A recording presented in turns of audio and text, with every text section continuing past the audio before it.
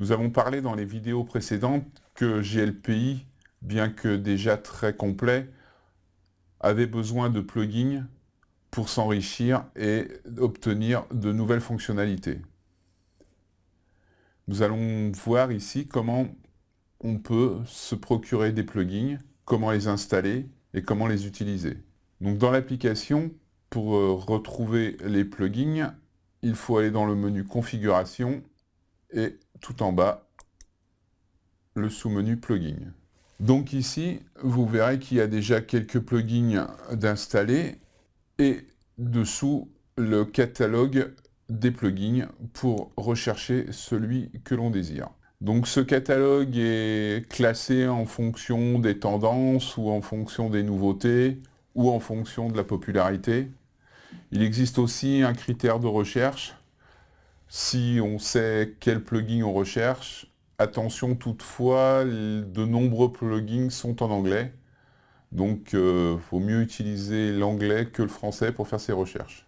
Pour cette vidéo, on va choisir le plugin Fusion Inventory que je sélectionne et une page d'introduction au plugin nous permet de vérifier que c'est bien ce qu'on recherche.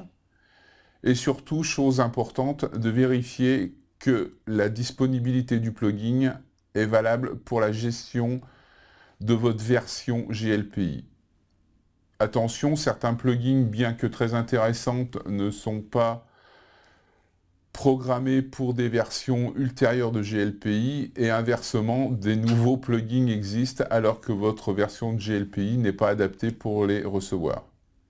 Dans notre cas, le GLPI est en version 0.85.7 et donc ce plugin est utilisable pour les versions 0.85.x, donc pas de souci. Pour télécharger, on télécharge le plugin et on recherche dans ce qui est proposé la version que l'on désire. Donc une fois téléchargé, ce plugin est à décompresser, puisque vous avez dû voir qu'il était en .tar.gz. Il est à décompresser et à placer dans le dossier GLPI plugin. En rafraîchissant la page d'écran, on retrouvera donc ce plugin Fusion Inventory que j'ai placé dans le dossier GLPI plugin. Il ne reste donc plus qu'à l'installer. Voilà, c'est fait. Et une fois qu'il est installé, l'activer.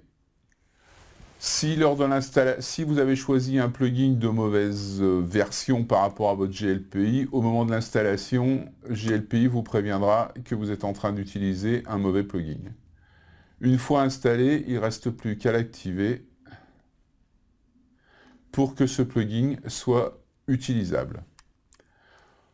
Deux moyens de l'utiliser, soit en cliquant sur le lien qui apparaît en vert dans le tableau, soit en se rendant dans le menu plugin, que tout à l'heure je vous avais caché lors des présentations des menus déployés. Et on retrouve ici les deux plugins qui ont été installés, à savoir Tableau de bord et Fusion Inventory. Donc il nous prévient que on a besoin d'un paramétrage spécifique pour l'utilisation de ce plugin. Et il nous envoie directement à la page nécessaire pour ce faire.